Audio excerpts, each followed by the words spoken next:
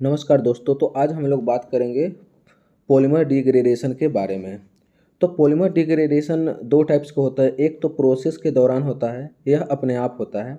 और दूसरा होता है जब प्रोडक्ट यूज कर ले और उसके बाद इन्वायरमेंट में जो फेंकते हैं और उसे डिग्रेड करने की ज़रूरत पड़ती है, तो उसे भी डिग्रेडेशन बोलते हैं। तो आज हम लोग बात करेंगे जब प्रोसेस के दौरान डिग्रेड होता है तो कैसे होता है। तो सबसे पहले ये जान लें कि डिग्रेडेशन होता क्या है। तो डिग्रेडेशन ऐसा है कि किसी भी मटेरियल्स का फिजिकल प्रॉपर्टीज रिड्यूस हो जाता है उसके केमिकल कंपोजिशन चेंज होने से। मतलब हम लोग ऐसे भी कह सकते हैं कि ऐसा मटेरियल्स जिसका फिजिकल और केमिकल प्रॉपर्टीज दोनों लॉस हो जाए, उसे हम लोग डिग्रेडेशन बोलेंगे। तो ये डिग्रेडेशन प्रोसेस के दौरान होता कैसे है। तो रॉ मटेरियल्स में मॉइस्चर रिमूव ना हुआ हो, सही तरीके से ड्राई ना किया गया हो, तब डिग्रेड का चांस ज़्यादा हो जाता है। या फिर बैरल टेम्परेचर ज़्यादा हो जाए, एक्सेस हो जाए, तो उस केस में भी डिग्रेड होने का चांस होता है। या फिर रॉ मटेरियल्स बैरल में ज़्यादा देर तक होता है, जिसे रेसिडेंस टाइम बोलते हैं, तब डिग्रेड होने का चांसेस होता है। या फिर सीयर हेड जो कि फ्रिक्शन हीटिंग के द्वारा जनरेट होता है, तब डिग्रेड हो जाता है। या फिर मोल्ड में प्रॉपर वेंटिंग सिस्टम ना दिया हो।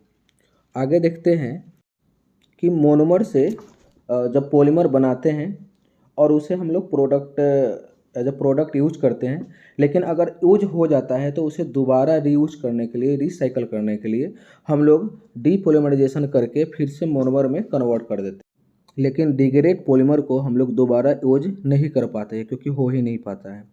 तो आगे हम लोग देखेंगे कि जब पॉलीमर डिग्रेड होता है तो एक्चुअल में मटेरियल्स के अंदर होता क्या है। तो जब प्लास्टिक मटेरियल्स को मेल्ट करते हैं तो ज़्यादा टेम्परेचर की वजह से या फिर ड्राइंग टेम्परेचर सही ना हो, कि कोई भी रीज़न हो, उसके कारण से क्या होता है कि जो मोनोमर जो मोनोमर का जो मॉलिक्यूलर चेन है वो कोवैलेंट बॉन्ड के द्वारा जुड़ा रहता है।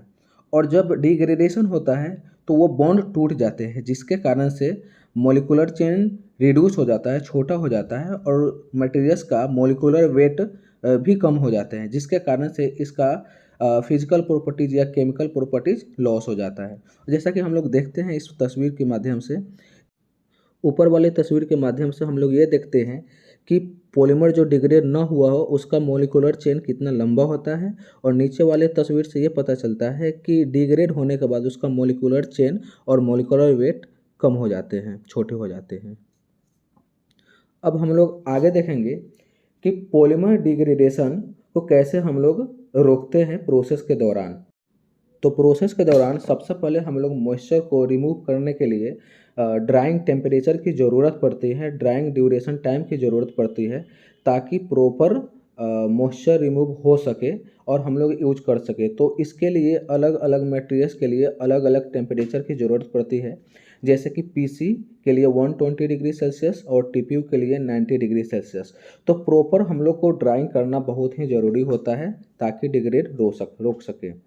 नेक्स्ट है कि बैरल में रेसिडेंस टाइम मटेरियल्स का ज़्यादा होने के कारण भी डिग्रेड हो जाता है। तो हम लोग उसको रेसिडेंस टाइम को कम करते हैं। रेसिडेंस टाइम वो टाइम होता है कि बैरल में कितना देर तक मेल्ट मटेरियल्स रुका रहा। बैरल में ज़्यादा देर तक मटेरियल्स ना रहे, उसका रेसिडेंस टाइम कम हो, उसके लिए हम लोग इंजेक्शन टाइम को बढ़ा देते हैं ताकि मटेरियल्स एक्सेस हीट ना हो सके और डिग्रेड ना हो सके। सीयर हीट के कारण, जिसे एडिशनल हीट भी बोलते हैं, बैरल में एक्सेस हीट हो जाता है। और ये होता है जब स्क्रू और मटेरियल्स का एक दूसरे से घर्षण होता है, जिसके कारण से जो हीट जनरेट होता है उसके कारण बैरल का टेम्परेचर बढ़ जाता है। तो इसको रोकने के लिए हम लोग बैंड हीटर टेम्परेचर को हम लोग कम कर देते हैं। और नेक्स्ट है प्रॉपर वेंटिंग। किसी भी मोल्ड का होना बहुत ही ज़रूरी होता है।